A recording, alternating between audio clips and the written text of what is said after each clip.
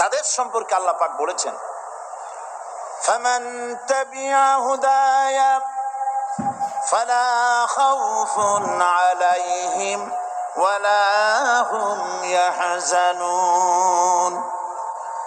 কোরআন যারা অনুসরণ করবে, কোরআন যারা মেনে চলবে, তাদের জন্য কোনো ভয় নাই, কোনো চিন্তা নাই।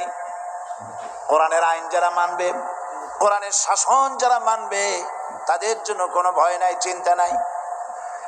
কোরআন আল্লাহ রাব্বুল আলামিন এই পৃথিবীতে তাবিজ লেখার জন্য পাঠান নাই।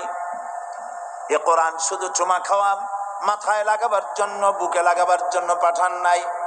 কোরআন পাঠিয়েছেন আল্লাহ রাব্বুল আলামিন, মানুষেরা কোরআন পড়বে, কোরআন বুঝবে, আর কোরআনের বিধান অনুযায়ী ব্যক্তি, পরিবার, সমাজ এবং রাষ্ট্র গড়বে। বলেন আলহামদুলিল্লাহ। এই জন্য কোরআন নাজিল হয়েছে। রাসূল করিম সাল্লাল্লাহু আলাইহি সাল্লাম কোরআনে কারীম দিয়ে একটি সমাজ বিপ্লব করেছিলেন।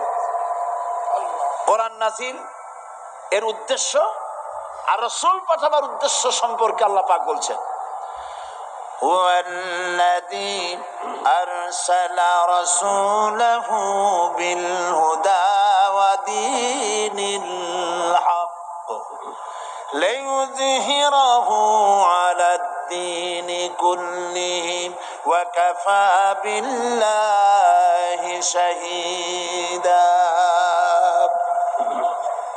আমি আমার রাসূলকে দ্বীনে হক আর সত্যের বিধান সহকারে দুনিয়ায় পাঠিয়েছি। এই জন্যে লিইয়ুযহিরাহু আলাদ-দীনি কুল্লিহি আয় লিইয়ুগলিবাহু আলা সাইরিল আদিয়ান, যাতে করে মানব গোষ্ঠীর উপরে, মানুষের তৈরি করা মতবাদের উপরে ইসলামকে যেন বিজয়ী করে দেন।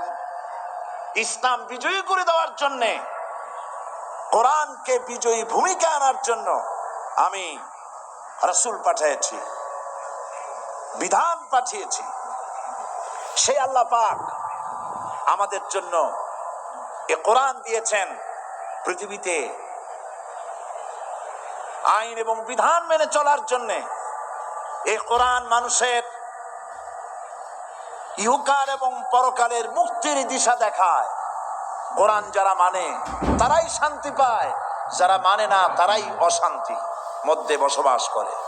আজকে আপনারা বলেন, পৃথিবীতে সবচাইতে অশান্তিতে কারা?